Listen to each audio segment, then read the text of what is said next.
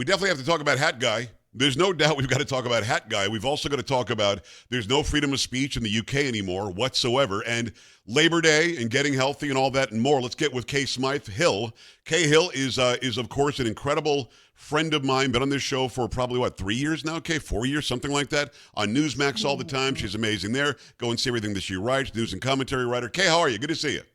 I'm good, especially after an introduction like that. And oh my gosh, it's like been 3 or 4 years. It's been Been a long since time. COVID, since before I moved Yes. to North Carolina. So it's been like four Yes. years actually, which is crazy. Heck Well, you yeah. Thank you, actually you Joe. actually filled in for me on my weekend show, and we hadn't even met yet. And I was like, well, "Who the hell's this?" People keep asking me about the lady who was on my show. So we became quick friends, and I'm really really happy about it. Got to talk about Hat Guy. So at 10:30 Hmm. or 11 o'clock last night, Sam sends me this text, and she's like, "Everybody on Reddit's talking about Hat Guy." And I look at the video, and I'm going to explain it the best I can.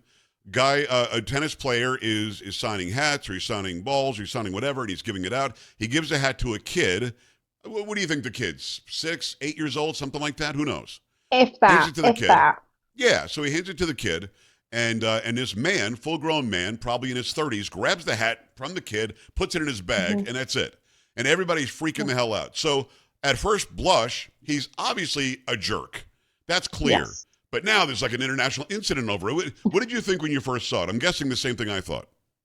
I thought that guy who stole the hat needed to be badly beaten up in high school to learn that you don't do stuff like that as a grown adult. That is not the behavior of a real man. I thought he was an absolute. Can I call someone a douchebag on your show? To You bleep just that did. out. You just did. Yeah, you did. Okay. Okay. Cool. So So yeah, he's I of thought that. he was. Yeah, he Yeah. was of that. I think. Yeah. Just an ass. Just an absolute ass. Horrible, horrible person. Let's go through the scenario. In the bigger scheme of things, what he did was bad. He's an ass. He's a bag that you just called him, whatever. But he didn't murder somebody. He didn't rape somebody. He didn't like start World War III. And I almost think that we take it to that level immediately. Now, again, bad guy, don't want to know him, don't want to be his friend. But it's not like the CEO getting caught at Coldplay with his side piece. You know what I mean? It's not like that that shows complete moral disregard for your surroundings, your awareness, and your family. So I think it's a different level thing. And it's not robbing a bank. It's not blowing something up. Hmm.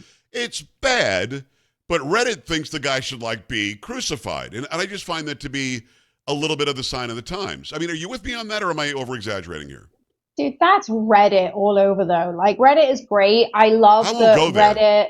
No, Sam I lives don't go there. there. Like every now and again I'll read some of the stuff on Reddit because it's just fascinating to me. It's like reading people's personal diaries, which is probably like a little bit gross on my part and says more about me than it does about Reddit. But I think that there is a tendency to sway towards mass hysteria. And there are certain things that deserve mass hysteria, right? Like all the things that you just reeled off. Do I think this guy, I think he's actually like morally kind of just, he just lives in a desert of morality. Like it doesn't exist.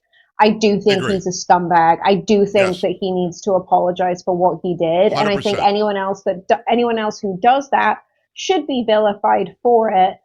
But Yes. again, like you make a very valid argument. It's not, he doesn't need he definitely doesn't need to be crucified for it. Like that's a I'm not. step I'm way too listen. far. I'm not alleviating him of the labels you're giving Yeah. him. He deserves those things. He should not have done what he did. Now, since then, by the way, but my wife today said, "Well, who is he? I don't want to do business with him. He's some CEO of some Polish company that we'll never do business with." He has apologized. He claims he gave the hat back later to the kid when he realized what happened. We know that the player actually took the kid aside and gave him a bag of goodies and all sorts of hats and stuff. So it was made up for, but it doesn't alleviate him of that moment where he was being a jerk. And it could have been some sort of a microscope into or a microcosm into exactly who he is as a person. But again, you know what I mean? Like he's not even as much as jaywalking. He's a jerk that took a hat from a kid, and I think that's bad. But it's almost like in this day and age, we need him to be out of a job, can't support his family anymore, needs to be excommunicated from the community. And I think that at some point we should take a breath and go, 34 people got shot in Chicago last weekend. I think that's worse. Hmm. Yeah, that's a heck of a lot worse. And I agree. Like he doesn't need to be like cancelled. I think we're way past cancel culture. And to be honest with you, like if he's apologized, like we as Christians need to be forgiving people. Like I recently sort of had to deal with a sort of friend who did some things that I wasn't too happy with. I It wasn't explained me. that to her. Was It not me. wasn't, it was Okay, go not ahead. Pags. It was not anyone in Thanks. the media sphere. Don't worry. It's no Okay. one relevant to like anyone else. But I kind of, like Joe, I'm always going to be the first person to stand up and say, sorry, like I don't want to cause an argument, but Right. kind of upset about this thing. Right. She went so insane. I'm convinced she's possessed by a demon, and I'm not being hyperbolic at this point. Had she apologized, water under the bridge. Like that's all it takes. Like an honest, heartfelt apology for bad Yeah. behavior that doesn't involve, any of the major sins or hurting children. Yes. That's all it takes. So if this guy's apologized and everyone's been made good, yeah, shut up, Reddit. Calm down. Everything's I fine. I Everything's I okay. agree. Yes, he deserved the heat that he got initially, but the fact that this many days later he's still like in the media every day apologizing, what else do I have to do? Stop. The guy was a jerk. Yeah. He proved that he was a jerk. He allegedly apologized for being a jerk. Who knows if he's sincere? Enough. Let's move on by. But again, the initial reaction was a correct reaction. I just really think that some people, not you and me, because we'll call him names and we'll laugh at him. We'll never be friends with Yeah. him. But he should not be hung in the town square. And I think some Yeah. people want to see that hanging, which I think is just kind of dumb. What's it, the burn 'em again. Do you ever see that in A Bug's I have Life, not. where No, he does he does the whole like big trapeze thing and ends up setting himself on fire, and then at the Oh, end the wow. guy's like, oh, burn him again. It's like it's just What it's the like heck? that, or it's like the Monty Python where they keep throwing the stones even though everyone says like, please stop throwing the stones, like he's Right. apologized for what he did, and there's always someone throwing another stone. It just sounds a bit like that. Yeah, Yeah, it's it just does. sad. Like we have way more important things to focus on. I mean, it was awful. Like watching it made my blood boil. But Yes. again, like it's not like you said, Joe. It's not the end of the world, guys. Like there's way more messed up stuff going on that we should I think we've thrown probably enough put that stones. energy towards. Maybe I'm Yeah. wrong. Maybe I think the stones have been thrown. It's K Hill. Go to is it now K Smythe Hill, the website? You can go to Smythe or Smythe Hill. They both go to the same place.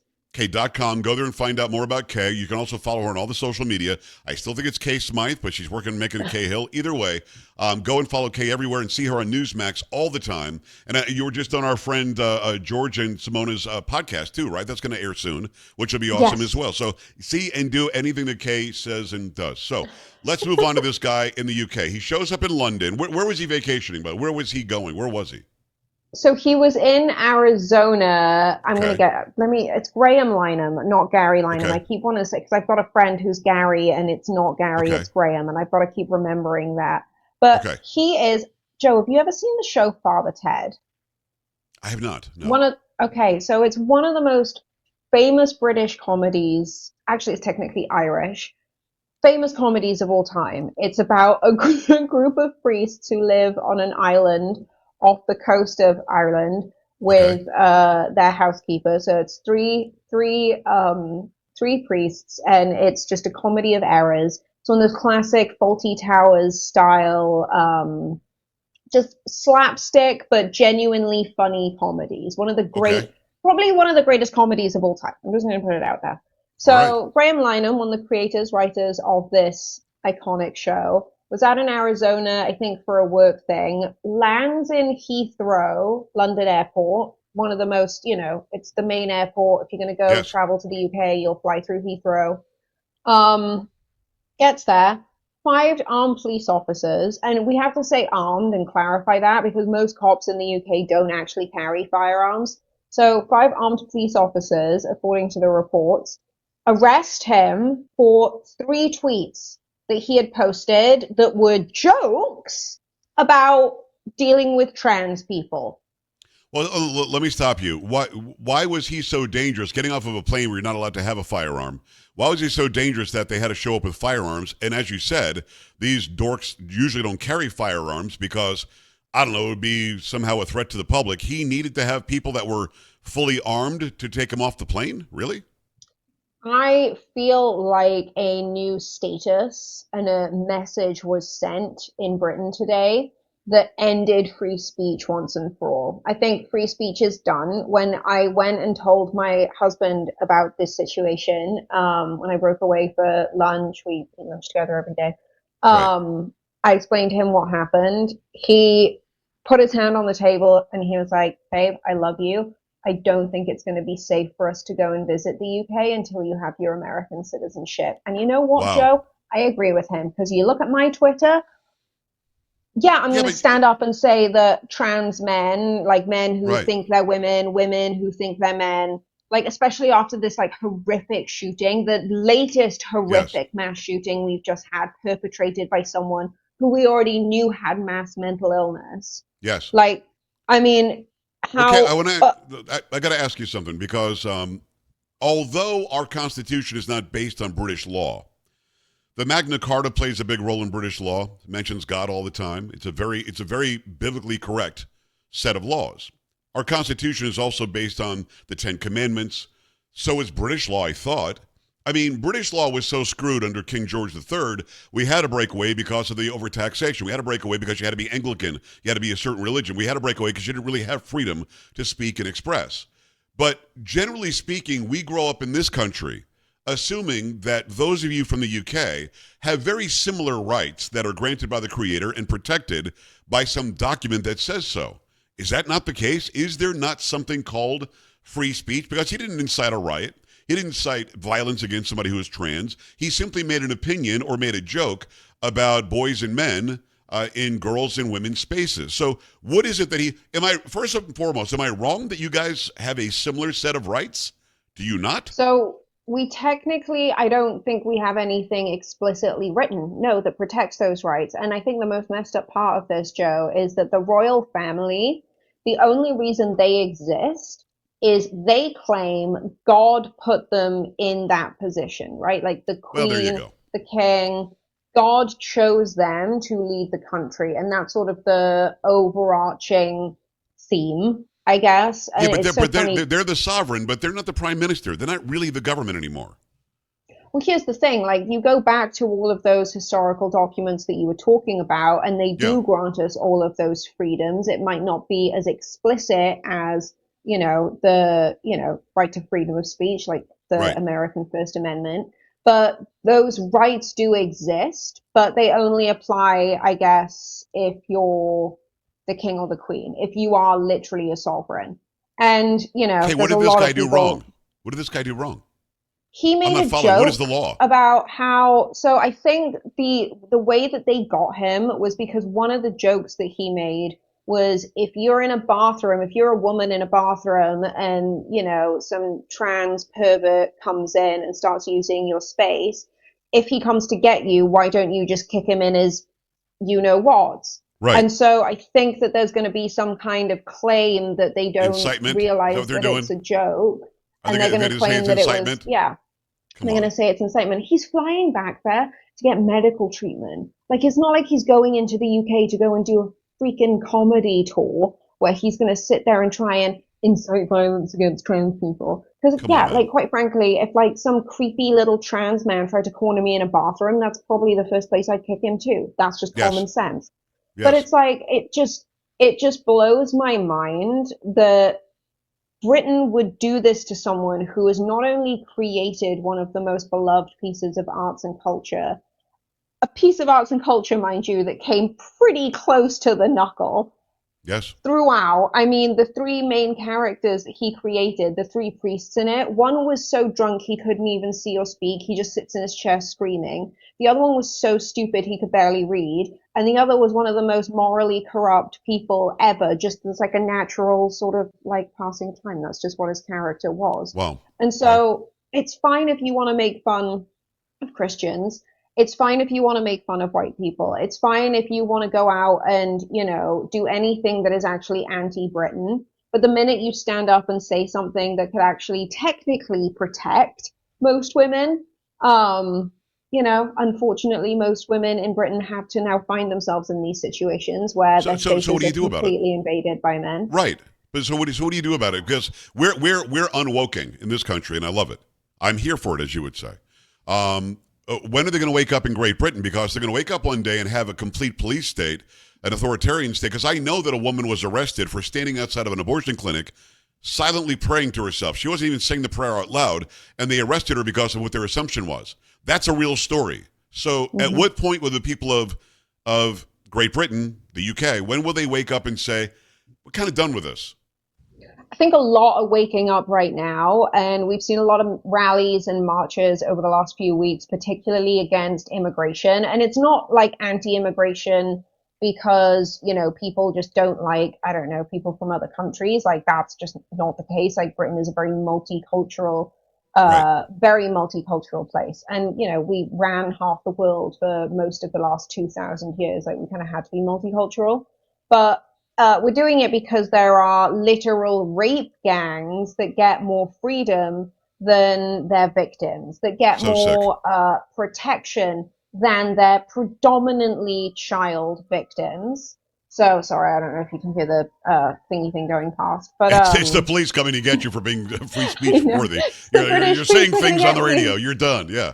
I Listen, know. well, you're right about all of that. At some point, I hope that there's an inflection point, a point of critical mass where people say, we can't live like this anymore, and we're going to stop living like that and stop voting idiots in.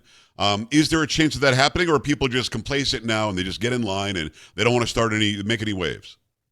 I hope we do get some kind of Trump-like figure that comes to power. And I think that a lot of people will very quietly, like they did with Trump in the first administration, go into those polling booths and vote for that person. So I hope that whoever that is shows their head sometime soon. Starmer is one of the scummiest, most useless, and I say this in all because, I think Reddit should get furious over Keir Starmer, our current prime minister. I think he's a Right. useless, nasty little scumbag who has zero respect.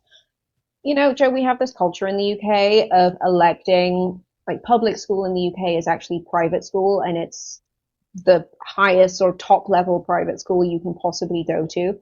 We have a Okay. habit of voting in sort of men like him, women like him, who have no actual loyalty to Britain. They're doing it because it makes their daddy proud, and because Wow. afterwards they'll get to go and have a nice little job and probably live in Zurich, or maybe they'll go live somewhere fancy in Canada, or no one in America wants them, so they don't come here. Maybe they'll go and hang out in Monaco, whatever. They're not doing it because they love the country. They're doing it, literally because it's what daddy said they should do. And so we need to completely wipe out that kind of elite class, that elite ruling class, and put in someone like a Donald Trump. And the messages I get from people all over Britain now, from friends, not so much family, but mostly my friends, even people I've known for almost 30 years, I went to primary school with, who are like, yeah, we were wrong about Trump. We actually really love him and his policies. We think he's great. And I'm like, yeah, Welcome I to know. reality. Yeah. What is that?